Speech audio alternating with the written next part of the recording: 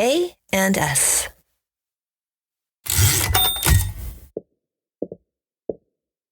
Thank you, thank you, thank you. I imagine little girl Abba Arthur dressed to the nines, teetering down an imaginary red carpet in her mother's gold high-heeled shoes. She arrives in front of a mirror with a sparkle in her eye to practice an Oscars acceptance speech for a film future Abba will direct and star in. I'm so happy I got this award. I hear the imaginary strings start up to usher her off stage, but she lifts a tiny, elegant hand to silence the conductor. I'm not finished yet, she says, both playfully and in total command. It took a minute to get here. Let me have my time. I want to thank Mom. I want to thank Dad. Marlo.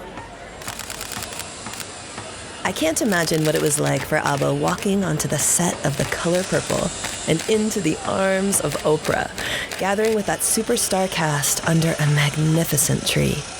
Dearest Anders, you will discover on today's episode that it took Abba a deep, patient tenacity and trust in herself to arrive at this moment. At her core, I can't imagine she thinks anything other than this is just the beginning. An exhale of finally, before she steps out of the car onto that wide red carpet.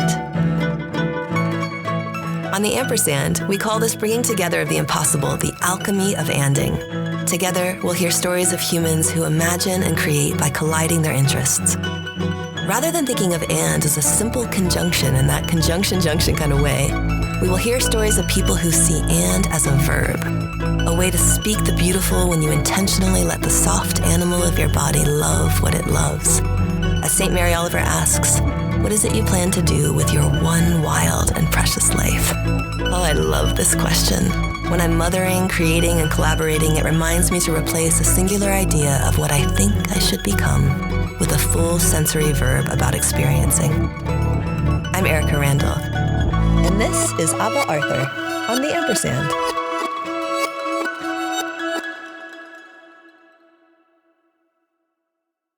I have such a vivid memory of getting off the plane. I'm coming from Ghana, and I'm coming to Colorado Springs, Colorado. So I had only seen on TV or like in pictures these guys, and they wear jeans and they have these big hats, but I didn't know anything about them. So they felt like some kind of fictional characters. And I remember so well getting off the plane at the airport, and I saw these guys, which I later learned the term was cowboy. In their Wranglers. Yeah. In their hats. Yes, in the hats. And the boots. And the boots. And I remember getting off the plane and just being like, something just happened, because these people are not where I just came from. And now there are a lot of them, and I've been watching them. So this is so cool. Like, I've stepped into something new. I think that is the first big memory that I have, period. And clearly changed my life. Changed your life. That's incredible. You arrive in the Springs. All the things happen. Next moment, where's the next postcard to yourself that says, Abba, here we go? Oof. It's a tough one. My first experience with racism. Yeah. A young boy in my school told me that my skin was dirty. Yeah. And I was crying. I went back to class and I was crying. And my teacher asked me what happened, and I told her. And then she disciplined me. And I sat I had to sit in the corner. Yeah. I had to sit in the corner. I had to face the wall because she said I was being a distraction. My crying was distracting the class. Yes. This is a true story. So I had to sit in the corner of the room and face the wall. And I remember so vividly at some point, they were just continuing with class. And I was like, what? And I don't know how old I am. Let's pick an age. I don't know, eight. We're putting this still all on the Wikipedia page I'm building for you. Age 8. This is still elementary school, though. Too young. Too young. To hear that, to feel that, to be put in a corner. And I'm listening to the class continue. She's teaching and I'm in the corner of the room. And so at some point I turned around and I'm watching them, and they're just having class. Everybody's just continuing on like everything is normal. And that was a strong memory. Okay, so that was a strong memory. Is that memory as yet in a film? Because I'm watching that movie. Oh, wow. Does Ohema have that Am I pronouncing your company's name Yes, right? thank you. Yeah. No. But can you That's going to see take that a movie, second. though? That I can watch. Probably. That's tough. Like, that's a tough one for me. It's going to take me a second to work through that because I have to watch that scene if they're going to do it. And that's a lot. And then it's living it and holding it. And direct it. And like, that's going to take me a second. And hearing that story, sharing that story is a critical action in undoing racism. And the work that you choose, you are writing critical stories about undoing racism. You're anding with political science the way that you're in theater and political science, but your body politic is your body showing up as representation. Does that feel true for you? Does that feel like your politic as well as, or is that your primary? No, it is and. Yeah. I love ampersands. I just want to say that. I love ampersands. Right? Yeah, I actually have 3 of them in my home. Mm-hmm. This was preordained. Like wooden ones. Absolutely. Oh, yeah. Yes, I love ampersands. And multi-hyphenate is a term that it took me a while to sink into. Yes. So for me, it just was always and. Yes. This and this and this. And I'm equally all of them. And with that is engaging those identities to then bring forth new character into worlds. I'm listening to you and I'm watching your reel, and I don't think you need confidence. Do you need confidence? No. I have a lot of it. Where did this come from? And can we bottle it?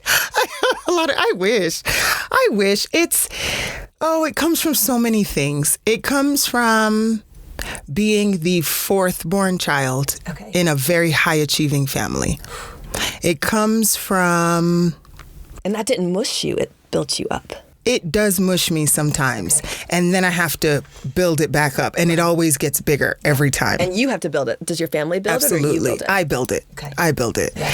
It comes from being the new kid a lot. You have to know who you are when you're the new kid. Because when you walk into a room... And in Hollywood, you're the new kid in every room. Yes. For a minute until... Yes. Are you not the new kid there yet? I'm always the new kid. Yeah. I'm the new kid a lot. And so I didn't realize at the time, another one of those life-changing things you don't understand. Yeah.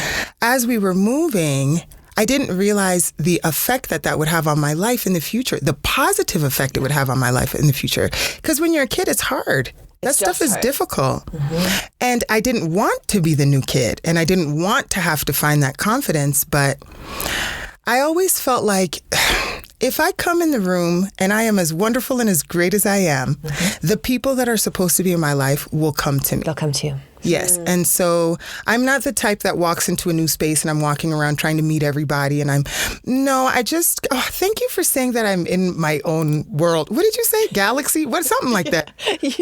You are a galaxy. Yeah. I really appreciate that. And I'm going to walk with that because I feel like you have to protect your own peace and your own space and coming into new environments over and over and over again.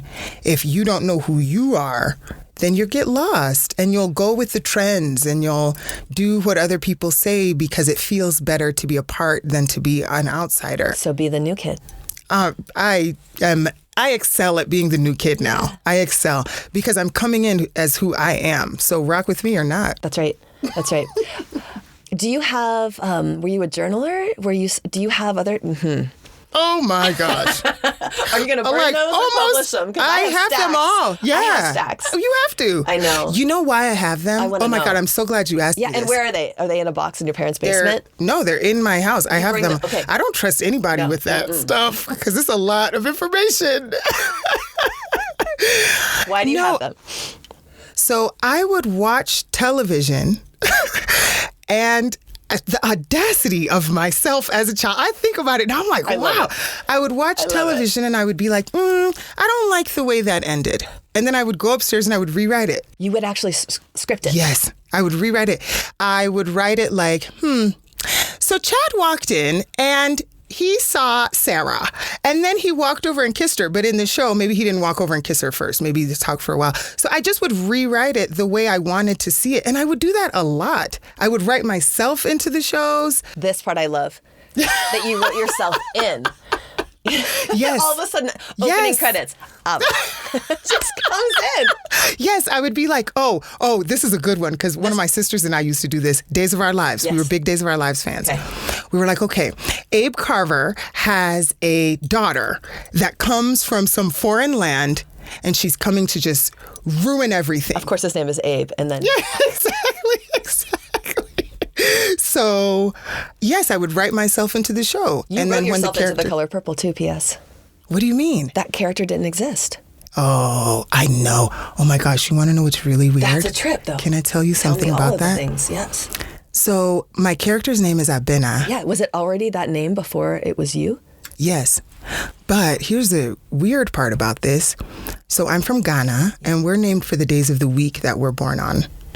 I'm named after my mom, and the name for the day of the week that I was actually born on is Abena. Yeah. So my middle name is a different version of Abena for a different language. My middle name is Ablema. My dad's language. Yes, so Abena is that's actually supposed to be my name. What does it say? What does your name mean? Well, Because Tuviel at the board over there really wanted to know. And I didn't even have to ask the question. Yeah. What are your goals in that world? Is it your company that is the megaphone for you? Is it in the embodiment of acting? Does it feel like it's this rewriting, the palimpsesting over old stories that didn't have a place for you, that you put yourself in? Is there a tactic, or is it just you get inspired to the moment? it's all of the above. Okay. I have very big picture goals, which I don't share with anyone. Okay. And I'm always working toward that. No But one, that's not even like a bestie. No. Nobody. But I mean, Okay. that is like total world domination. Yeah. Just to give you an idea It's of an where we're going. Arthurian legend. An Abba Arthurian legend. World Exactly. domination. Okay. Exactly. I'm reading that like book, I though. was at CU saying, this theater needs to be named after me. So I am. At the time, not just last Oh, yeah. week. No. When I arrived, I walked in like, oh, great. There's a theater here. When is the naming ceremony? So I have very lofty goals. So great. When we think about this confidence that you have, though, that is both, it's sustaining. Is it exhausting? Oh, I have very high anxiety. You do. Oh, yeah. So the confidence does not preclude the anxiety. The two you can and with anxiety and Yes. confidence. That's correct. I get that That's too, though. correct. Because I think Yeah. there is something about being confident. Like I have a reasonable amount of confidence, but I have so much. I don't know. I say worry. Yes. I yes. say I so would. it's a healthy concern that things will go well. Yeah. I practice yoga. You do. Okay. Yes, Yeah. every morning. I have to. Yes. And it. to move it and Yeah. to just get back into my body. Yeah. What's been happening lately in my life, though, is, which I think this is how it goes now. I've been told this is how it goes now. There are a lot of things that are happening back to back. Yeah. So the space There's no between recuperation. the recovery time is getting shorter, and sometimes the recovery time is on the way to the next thing. How do you do that? That's when you I don't say know. no. The cup of water is the ocean. That's a week at the beach. Is that cup of water? Yeah, you get it. I get it. So I do a lot of deep breathing in the car. Yeah. Stare out the window, breathe deep, remind myself who I am, where I'm going. My words are valuable. I have something to say that matters. And I'm going to kill it. And then you kill it. And then I kill it. And then you slay like that purple cape and the Who designed that? Oh. And how do I get one? Walter Mendez. Shout out to Walter. Shout out Mendez. to Walter My at the Walter address is- Connect Collection. Yes. What does costume do for you? And when you're getting dressed into clothes for a red carpet or an event, does it feel like costume? And does it feel like it's helping you put on a certain character? Or is it just how does Abba want to rock this red carpet? Wow. This is my mom. This is my mom's doing. Oh, man. My mom is it. Okay? All day it. Oh, she is it. And you can't tell her otherwise. She's always been it. She's always going to be it. And my mom has 4 daughters. We were up at like 3 a.m. on a Sunday morning getting ready for church because her girls are going to walk out this house and look like it. So she's not surprised by any of this. What? She needs more of it. She's like, oh, that's good. But this outfit I'm wearing today, my mom looked at it and she's like, I like this. Let's try this. She loves a fashion show. She's like, we talk bring about the it. runway here. Bring the runway here. She'll be like, oh, did you bring your suitcase? Let's have a fashion show. She loves it. So that part is my mom living in me, and I'm very aware of that. It's interesting because the red carpets, that's something new that I've just stepped into. I mean, nobody cared for me to walk around on their carpet a couple years ago. So now that I have the opportunity to do that. It's only been a couple years. Yes. Talk about impatience. No wonder you were pissed. Because it is hard to be women of becoming our smartest selves. Yeah. And still think we are worth being in this room, and you better see me in this dress on this red carpet. Yes. So it's only been a couple years on red carpets. Yes. And you walk into those red carpets like they just grew the grass, painted it red, mowed it down, and sent you an invitation. Because I'm supposed to be there. Because you're supposed to be there. Yes, Yeah, and it's confusing to me why I haven't been there this whole time. Well, me too. Yeah. Okay, so we agree. The first big one, the Color Purple premiere, we went through, you go through the thing and you have the interviews and you take the pictures and you do all of it. And afterwards, I remember having a great conversation with one of my lovely, lovely publicists. And she was like, oh, how do you feel? And I'm like, oh, I can do that. Is that what we're doing? Oh. Is that how this goes? Great, we're good. When's the next one? Yeah. Let's go. Let's keep going. Let's go. I got another dress in the car. Bring me more. I got another dress in the car.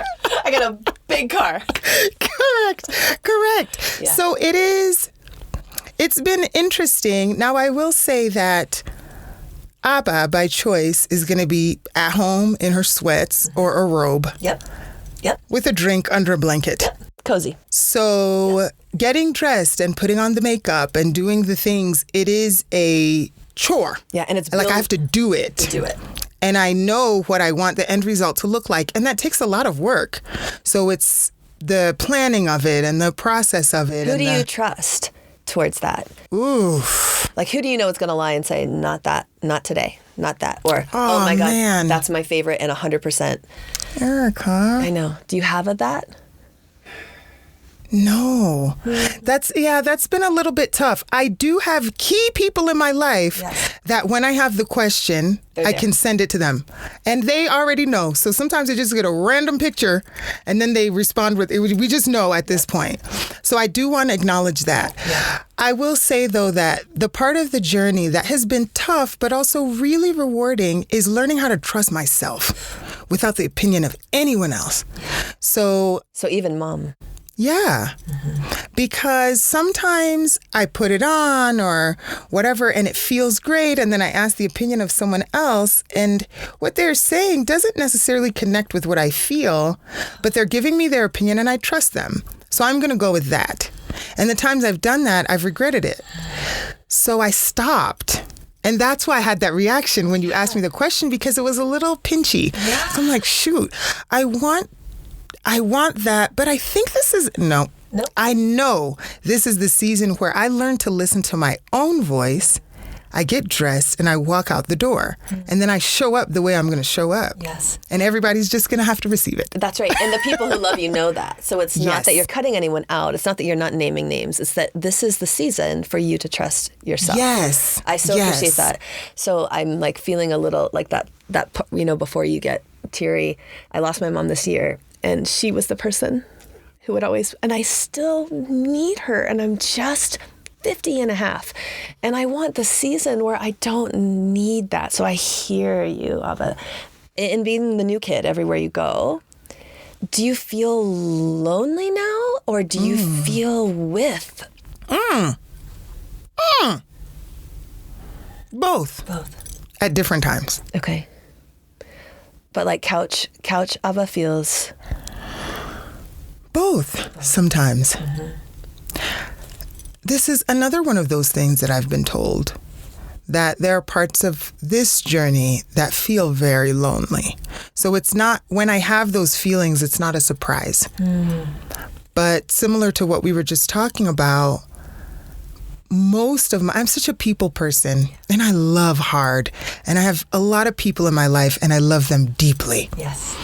So this is just the season where I take all of that and I put it back in.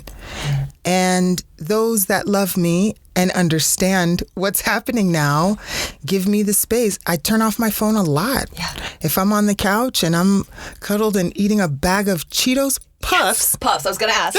Thank you. Because I was like, I got to really picture it. Is it like a little pinky finger, like crinkly one, or is it the Puffs? Okay, Puffs. It's the Puffs. And I like the big bag. Yes.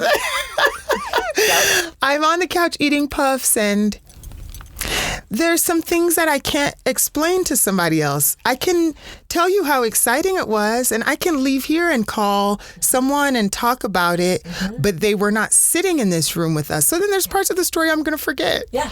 And so that part is like, is it loneliness? I don't know. It's just an awareness that I'm doing a lot of things alone. Yes. That's what it is. Okay, so there isn't like a melancholy that hangs over it. There isn't a... Slightly. Okay. But it doesn't color the whole world. No. No. No, Okay. not at all. Have you ever had to deal with jealousy? Yes. For a lot of years, it wasn't you when it comes to this Right. this path you're on right now. Right. And did you feel jealous ever? Or did you just feel like, not my time yet? All right, not my role, not my moment. Well, what was the feeling that made you not despair?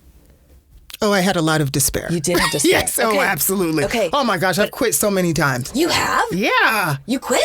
A lot.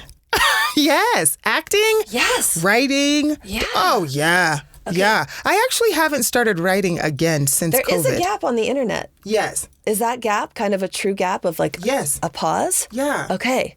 Yeah. What did you do in that pause? I ate Cheetos. Ate Cheetos on the And I worked a regular job. I've had almost every kind of job. Also because, is it firing or is it quitting? I'm not sure. Whatever it is was happening at the same time. I'm going to work a job until... I'm gonna leave. Yes, this thing over here requires something of me, and I cannot do both. I'm always choosing that every time. And this is something that when I think about our students and where it's so glorious, the way that this is where I love that you have a hard time saying goodbye because you keep coming back. I know. To talk I know. and to speak and to be a part of. Does it feel like that is part of your kind of ancestral duty to the students? That maybe you didn't have a mentor like you, or maybe you did, right? No, Okay. Yeah, I know I didn't. Yep. And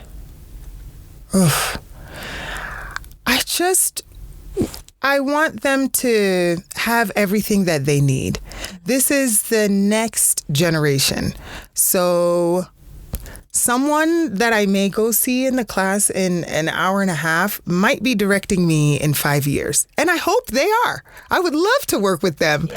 So to me, coming back to be with the students in the position I am now, I want to know, what do you need? And how can I help you get that? What is it that will help you feel comfortable right now? What does that look like in your education, in your body, on campus? I'm in the rooms making the decisions. So tell me what you need and I'll see how I can get that for you. That's what it is to me. And it's really simple. And I feel like we should all be doing that. But also, I don't know, life, circumstances, whatever. And I just have the opportunity to. So I'm so excited every time. I'm like, yeah, I want to go talk to the students. Well, and especially from a space of the arts where they're not as valued Yes. as much in the academy. And for you to come back and say, it's worth it Yes. to do this. And you can not just, it's not just entertain, but it's transformational work. Yes. It should be. It should be. If you're doing it right, it should be transformational work. And thankfully, I thought it was some sort of a curse or something. Why does everybody have a mentor? I don't have a mentor. And I was searching for so long. And people like Cecilia came into my life. And my late mentor, Suzanne Douglas, special woman, came into my life for a short season. And the great Mr. Louis Gossett Jr. Oh, gosh. Wow. Yeah. I know you hate goodbyes, but we have to do a thing. Okay. Before we go. And then we don't have to say goodbye. Okay. But before we go, there's a thing we do on the show. Okay. It's called the Quick and Dirty. It's like a little game show. Okay. And this is a game where I give you a topic and you come up with I love how you're sitting up. I'm ready. You're like Yes. ready. Like hand over the buzzer. Hand over the buzzer. There's no buzzer. You come up with a combination of things mashed together or something that has the word "and" in it. Let's take a drink of water because this part is intense. Okay. So, for example, because I know that you're a dessert aficionado based on one of your bios. If I were to ask you for your perfect dessert combination, you might say tiramisu and a shot of Bailey's or a brown butter cake with candied pecans. You see how I did that? One has an ampersand, one has "and" in the word. You can't go wrong. Okay, thank you. Thank you for saying that. Okay. You can't go wrong. Okay. Your perfect dessert combination. Oh, jeez. I already gave you the How question. many? I know. Oh, my gosh. Oh, I'm nervous. Is there a time limit? No, there's no time limit. Thank you. Okay. I like all of them. I know. I see the menus. Oh, my gosh. Here's just like the platter. Okay. See the platter. Okay. We're going to do... That's a s'more. It's anding. That's a s'more. Itself is anding. I was about to say chocolate and marshmallow. And then I realized, wait a minute. That's a s'more. Okay, that's perfect. Is that okay? No, 100%. Okay, good. That is everything. Okay, so we were talking about advice, but when it comes to breaking up or building up, breaking up or building up, you can choose or both. What's 2 pieces of advice? Quiet all of it. And take your time. Yeah. Says the Ohema of impatience. Did I use that properly? Right? Because queen, is that what Ohema means? Your project? Wow, that's so interesting. Did I do it? I've never heard it like that. It's usually in reference to the person. But that is interesting. Did it? Oh, We'll maybe see. we can try it. Okay, listen. I'll give you the credit if I do it. That's all from you. I'm just on your cord right now. That's great. Okay. 2 places on campus that bring you the most nostalgia. The bookstore. Oh, and the ballroom. Because African dance? Or what about the ball? Like, tell me. Oh, my gosh. Oh, I had such a time standing on that stage speaking. When was that, last month? It was Black History Month. Yeah. Yeah, you were here for the cause. Yeah, and all February. the things. Oh, my gosh. Such a time because That was so I have had beautiful. so many experiences in that ballroom, both positive and very negative. So being in that ballroom is always like, wow, I'm back. And I'm back like this. Yeah. That is... And earnestly, like Yes. that light is real. Okay, if you could bring 2 ancestors on the red carpet, Oh, gosh. who are you going to bring? My grandparents, for some reason? I don't know them. I never met them. Okay. They all died before I was born. Were they all in Ghana? Yes. Yeah. But I do believe that there is some very strong connection with my mother's father. I'm very clear about that. Thank you. And there's someone else. I don't know. I'm feeling grandparents. Okay. There's another grandparent. I don't know which one. But they're coming. Ooh, I'm going to sit with that tonight. Take that one. Thank you for that question. You're welcome. Ooh, that's a juicy one. Okay. Okay, a director and an actor that you have on your vision board for the Ohema project. I hate this game. I love this game. Come on. You wouldn't give it up the other way, so you got to give it up this way. Someone you really, really want to work with. Come on. Come on. A director? Can I have worked with them already? Sure. Oh, Because you can want to work with them again. yeah. That's actually a high I'm going to say compliment. Ryan Coogler. Okay, we love Ryan. Yeah, I'm going to say Ryan Coogler. And then what's the second part of that? If there's also an actor that you are wanting to learn with. Angela Bassett. I just have this vision and I can see it and I can feel it. I'm sitting across from her. We're having some deep conversation. We're in the middle of scene, in the middle of character. I just know this is going to happen. This is one of those things where I was like, where's Oprah? I'm like, where is my scene with Angela Bassett? Okay, it's coming. Okay, so producer Tim can back me up because I said Angela Bassett and then I said Viola Davis. Just this week, I put your name down on paper because I have a novel that has these inanimate objects that speak, and I had a character that I wanted you to play, and then wrote down the name, Angela Bassett, but then I changed it up. So I don't know which it's going to be. Well, I have you down for being a peach pit. and she has been through a journey. Wow. This peach pit. Wow. Yeah. So in my audiobook. Yeah. Okay. I want to hear where this is going. Okay, we'll talk about it. Yes. Okay, so now now this is the big moment. I know you didn't think you had one yet. The final question. It's not a goodbye. Okay. This is a greeting, a blessing, a salutation that you would give to a graduating class, to a world that is for some ending and new things are opening. It's a send off, and it has to start with and may you and no. And so it's kind of that last line that is progressing from at the end of the talk, and it is the last thing that we're going to hear, and we're going to staple it to our heart chamber. And may you always be your best self. The best version of yourself. In every moment, always. May you be your best self. That was actress, writer, producer, and activist Abba Arthur on The Ampersand. For more about Abba, see our show notes. The Ampersand is a production of the College of Arts and Sciences at the University of Colorado Boulder. It is written and produced by me, Erica Randall, and Tim Grassley. If there are people you'd like us to interview on The Ampersand, do please email us at asinfo@colorado.edu. Our theme music was composed and performed by Nelson Walker, and the episodes are recorded at Interplay Recording in Boulder, Colorado. I'm Erica Randall, and this is The Ampersand.